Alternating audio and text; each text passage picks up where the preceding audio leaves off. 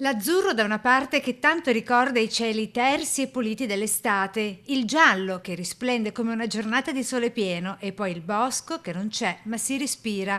Alla primaria Collodi, qui Pinocchio non c'entra nessuna favola ma realtà e uno spiccato interesse per l'ambiente. Si trova al civico 140 di via Triestina a Favaro Veneto, scuola i cui esterni sono in fase di ridipintura con la pittura ecologica che assorbe e cattura lo smog. Far capire ai nostri ragazzi che con tecniche, con materiali che devono essere selezionati fin dall'inizio possiamo ridurre quello che è l'inquinamento atmosferico e come è stato detto pensiamo che 300 metri quadrati di utilizzo di questo materiale di pittura è come se noi oggi in questa scuola avessimo piantato 300 metri quadrati di alberi. Il cantiere, i cui lavori è previsto si concludano entro la fine del mese, ha visto un investimento del comune pari a 260.000 euro, progetto che potrebbe allargarsi anche ad altri plessi del territorio.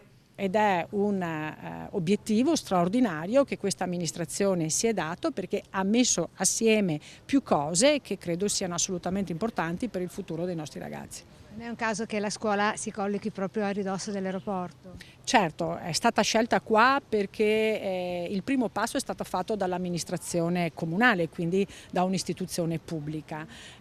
Abbiamo voluto noi dare questo segnale perché si parla sempre di ambiente, è un tema che oggi è una priorità per tutti. Ad oggi dalla gestione Brugnaro investiti più di 2 milioni di euro per le scuole in terraferma, a cui si aggiungono stanziamenti paragonabili per quelle del centro storico e delle isole. Da un punto di vista di manutenzioni straordinarie con una varietà di interventi da dover eseguire tutti con urgenza e quindi penso al grosso tema delle infiltrazioni, quindi del rifacimento delle coperture, penso al tema dei serramenti con serramenti e finestre che non erano a norma, dei servizi igienici e quindi purtroppo la pittura in una scala di priorità rischiava di finire sempre all'ultimo posto.